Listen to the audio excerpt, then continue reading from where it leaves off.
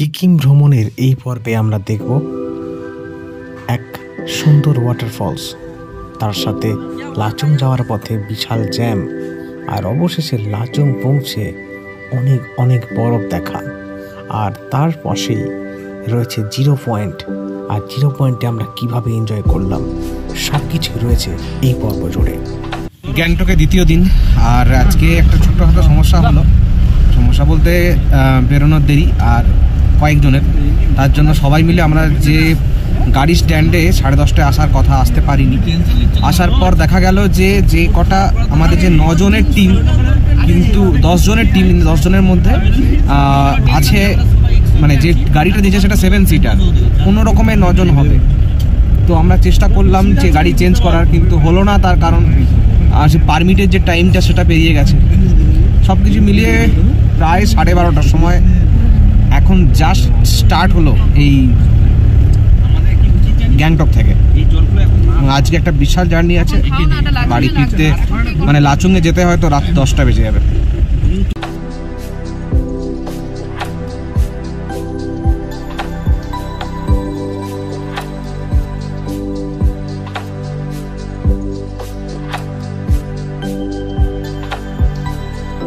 একটা ছোট্ট false, বাকথাং false, কিন্তু এখনো নামা হয়নি, যেহেতু এই জার্নিটা শুরু হলো অনেক লেট করে। গ্যাংটক শহরকে বিদায় জানিয়ে আমরা পাহাড়ের ধারে সরু সরু রাস্তা দিয়ে এগিয়ে চললাম লাচুং যাওয়ার উদ্দেশ্যে। লাচুং এবং লাচেন হলো নর্থ সিকিম যাওয়ার মূল দুটি আকর্ষণের জায়গা, কিন্তু আমাদের এই ট্যুরের সময় লাচেনের পারমিট পাওয়া যায়নি। তাই প্রথম দিন লাচেনের প্ল্যান থাকলেও আমরা লাচুংয়ের জন্য বেরিয়ে পড়লাম। লাচুংয়ে রয়েছে দুটি ইম্পর্টেন্ট প্লেস, যেমন এক হচ্ছে ইয়ামথাং ভ্যালি আর জিরো পয়েন্ট।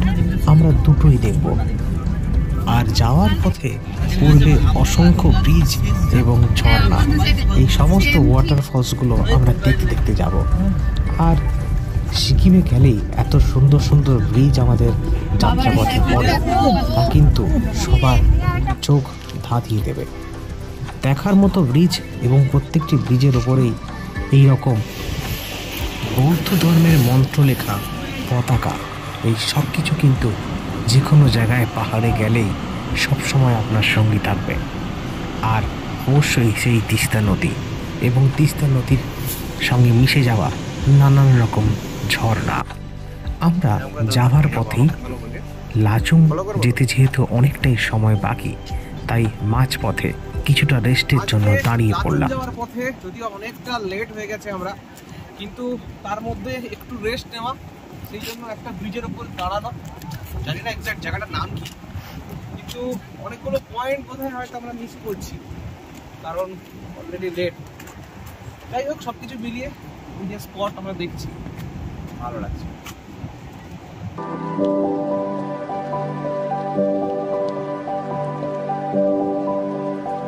ওয়াটারফলসে এখন আর 7টা আলাদা আলাদা ধাপে পরপর এটা নামছে, সেই জন্য মেঘালয়ে এটা শুনেছি, মেঘালয়ে 7 সিস্টার ওয়াটারফলস আছে। তো লাচুং যাওয়ার পথে গ্যাংটক থেকে এটা আমাদের ফার্স্ট পয়েন্ট, আর দেখাবো সেই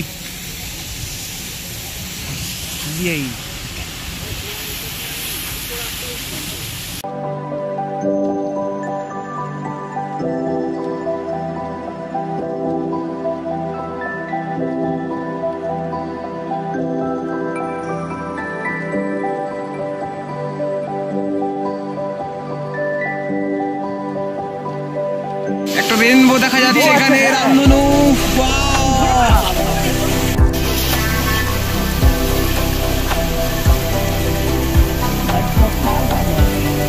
আমরা এই পয়েন্টটা দেখে নি।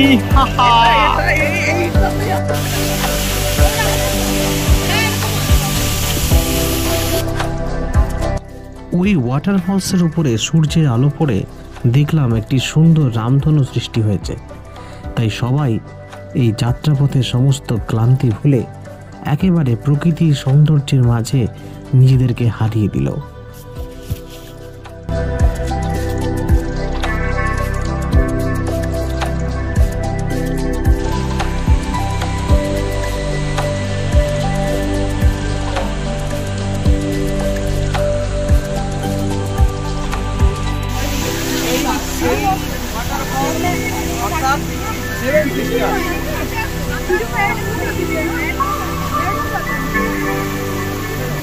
অনেকটা বড় চারিদিকে জায়গা, আর সব কিছু মিলিয়ে এবার 7 সিস্টারকে বিদায় জানানো, অনেকক্ষণ ঘোরা, ছবি তোলা, সব কিছুই হলো, দারুণ লাগছে সত্যি। আর তারপর গাড়িতে ফেরা। এরপর আরও উঁচু উঁচু পাহাড় পেরিয়ে আমরা লাচুংয়ের দিকে এগিয়ে গেলাম, কিন্তু সন্ধে নামার পরে আমাদের জন্য অপেক্ষা করছিল এক অজানা বিপদ, অর্থাৎ এক লম্বা জ্যামের সম্মুখীন হতে হলো আমাদের। প্রায় 5 ঘন্টা আমরা ওখানে আটকে ছিলাম।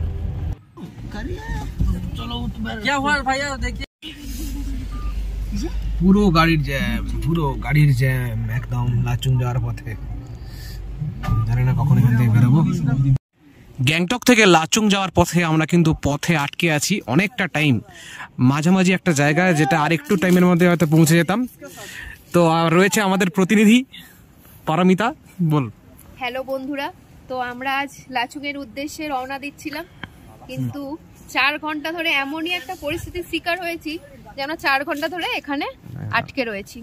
তো কিছু করার নেই, দেখতেই পাচ্ছ বন্ধুরা, পরপর আমাদের গাড়ির এখানে লাইন রয়ে গিয়েছে, আর প্রচন্ড এখানে ঠান্ডা।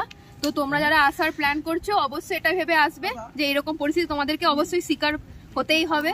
তো খুব সাবধান, আর সবাই প্রে করো যেন আমরা ভালোভাবে আজকে লাচুংয়ে রাতের মধ্যে পৌঁছতে পেরে যাই। ধন্যবাদ। পাহাড়ে জ্যাম বোধহয় একেই বলে, আমি জানি না, দেখতে পাচ্ছি কিনা, একটু পরে দেখবো। তো সিকিমের জ্যামের কথা আগে শুনেছি, কিন্তু সেটা নির্দিষ্ট একটা টাইমের ব্যাপার শুনেছিলাম, যে 11টা থেকে 4টার মধ্যে বা কিছু। কিন্তু আজকে লাচুং যাওয়ার সময় আমরা একটা বিভৎস লম্বা জ্যামে, প্রায় 1-1.5 কিলোমিটার, অনেক গাড়ি দাঁড়িয়ে আছে। আর আমরা প্রায় 2 ঘন্টা হয়ে গেল, 5:30 থেকে এখন বোধহয় কটা বাজে জানি না, 8:30, 3 ঘন্টা। সামনে পেছনে কোনো এগোনোর জায়গা নেই, এবং সেই সকাল থেকে বেরোনো 10টা থেকে, সবকিছু মিলিয়ে কিন্তু খুবই অন্যরকম পরিস্থিতি। দেখা যাক কিভাবে আমরা পৌঁছই বা কখন পৌঁছাই। আমাদের কালকে আবার ভোরে ওঠা আছে, কালকে যাওয়া আছে, এরকম একটা কন্ডিশন, এবং এটা একটা অভিজ্ঞতা। ভয় বা একটা টেনশন, শারীরিক অসুস্থতা, সবকিছুই হচ্ছে, কিন্তু সবকিছু মিলিয়েও কিছু করার নেই, ওয়েট করতেই হবে। ঘোরকার পর এখন 5টার মধ্যে সবাই রেডি হয়ে গেলাম, কারণ আজ সেই 0 পয়েন্টে যাওয়া। অনেক কিছু প্যাকিং করে, কারণ অলরেডি এখন টেম্পারেচার 1-2 এর কাছাকাছি মাইনাসে যাবে, সেই জন্য অনেকগুলো লেয়ার চাপিয়ে সবাই মিলে রেডি হচ্ছি যাওয়ার জন্য। হাই করে দাও সবাই, হাই করে দাও, কে কে যাচ্ছ বেরাও, চলো এক এক করে চলে আসো, হাই করে করে। হ্যালো, বলো কতটা ঠান্ডা? 0 পয়েন্টের উদ্দেশ্যে আমরা সবাই রওনা দিচ্ছি। এখন প্রায় 3-4 ডিগ্রি টেম্পারেচার রয়েছে। তো দেখলাম 2 সকালে 2 এরা একটু প্রচুর ঠান্ডা লাগছে। ঠিক আছে, চলো। রাতের জ্যাম কাটিয়ে রাত 2টোয় হোটেলে ফেরা, তারপরেও আমরা ভোর 5টাতেই বেরিয়ে পড়লাম হোটেল থেকে 0 পয়েন্টের উদ্দেশ্যে। সকাল সকাল গেলে একটাই সুবিধে, 0 পয়েন্টে 10টার পর একটা বিশাল ঠান্ডা বাতাস বয়, আর তখন শ্বাসজনিত সমস্যা হতে পারে। সেই কারণেই আমরা এত তাড়াতাড়ি রেডি হলাম। সকালে আমাদের সুপ্রভাত জানালো এই সুন্দর সূর্যের প্রথম আলোমাখা পাহাড়। পাহাড়ের উপরে সূর্যের প্রথম আলো এসে পড়তেই পুরো পাহাড়ের উপরটা এরকম রঙিন হয়ে লাল হয়ে গিয়েছিল। আর তারপর অনেকটা বরফ দেখতে পেয়ে আমরা সবাই কিছুটা রেস্ট নেওয়ার জন্য গাড়ি থেকে নেমে পড়লাম।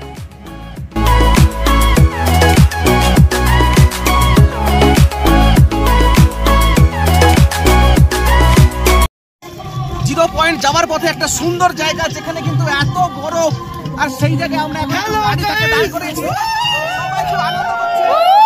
আর ওই দূরে একবার দেখাতে বলবো, ওইখানে সূর্যটা মানে সানরাইজ হচ্ছে, সেই জন্য একদম একদম লাল হয়ে আছে। আরে এবার ছবি দিলাম।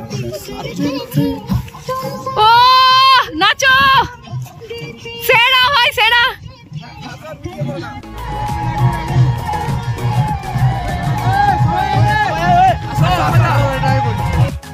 তখনও ভোরের আলো সম্পূর্ণভাবে ফোটেনি, আর সেই কারণেই চারিদিকটা এখনো কিছুটা অন্ধকার ছিল। আমরা ভোর 5টা থেকে বেরিয়েছিলাম, তাই যাতে 7টার আগেই আমরা ওই স্পটে পৌঁছতে পারি। আর এখন সময় মোটামুটি 6:30।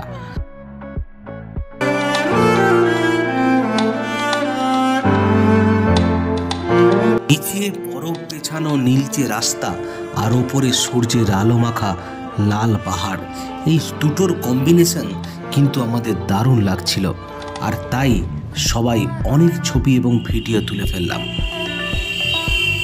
আর এইবার দেখা গেল সেই নৈসর্গিক দৃশ্য। ভোরের আলো, প্রথম আলো এসে পড়ল পাহাড়ে, আর তাই পাহাড়ের উপরটা একেবারে লাল হয়ে উঠল। আর তারপরই ওই স্পটে নেমে সবার কি আনন্দ, আর সেই আনন্দে একসাথে নাচ গান আর রিল শ্যুট করে নেওয়া।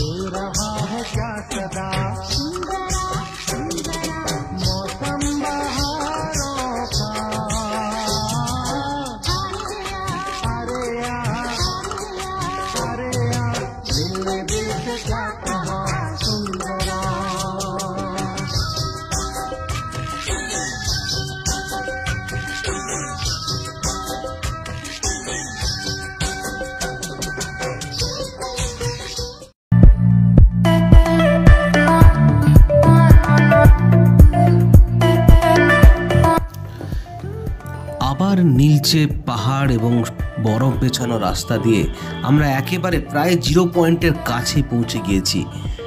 এতটা জার্নি করা এবং সকাল থেকে উঠে বেরিয়ে আসা শুধু এই দৃশ্য দেখার জন্যই। পাহাড়ের উপরটা দেখুন, একেবারে বরফে ঢেকে দারুণ লাগছে। আর বাম দিকে খাদ আর ডান দিকে এরকম উঁচু অংশ আমাদের পৌঁছে দিল সেই 0 পয়েন্টে। হ্যাঁ, এটাই সেই 0 পয়েন্ট যে এখানে আসার জন্য আমাদের বেরিয়ে আসা।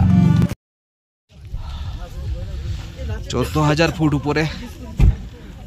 এক্ষুনি গাড়ি থেকে নেমে একটু অসুবিধা হচ্ছে। আমি লাদাখে 17,000-18,000 পেরিয়ে এসেছি, কিন্তু সেটা মে মাসে। প্রচণ্ড হাওয়া দিচ্ছে। এটাই সেই 0 পয়েন্ট। এটার জন্যই ভোর 5টা থেকে বেরিয়ে এখানে আসা। শ্বাস ফুল রা হ্যায়, একটু নিঃশ্বাসের সমস্যা হচ্ছে। দেখা যাক কতক্ষণ থাকতে পারে। এই সেই 0 পয়েন্ট। আর এখানে আসার জন্যই এতক্ষণ সকাল থেকে রেডি হয়ে আসা। 14,000 ফুট উপরে তো ওই জন্য ধোঁয়া বেরোচ্ছে আর सांस लेने में तकलीफ हो रहा है।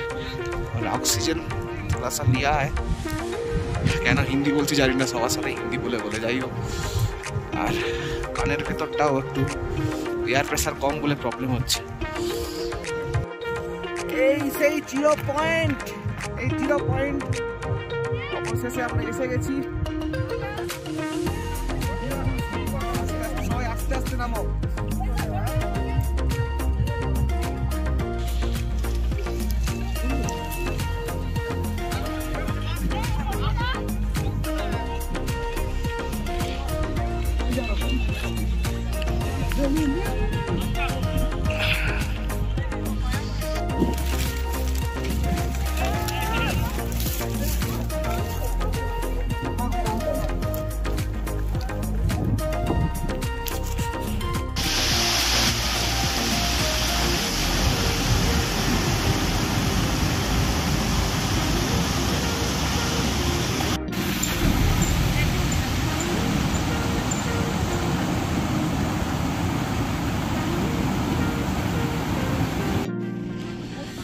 এটা ইয়ামথাং ভ্যালি।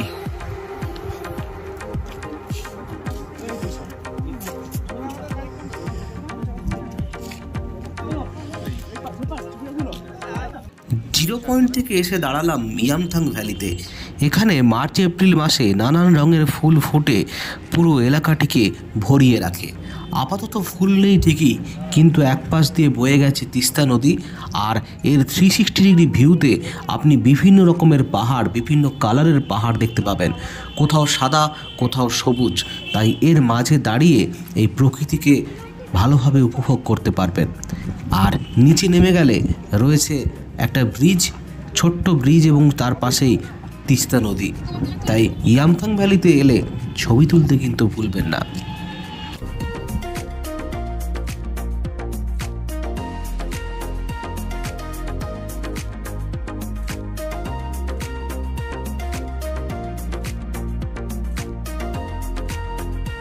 এরপর ইয়ামথাং ভ্যালিকেও বিদায় জানিয়ে আমাদের ফেরার পালা।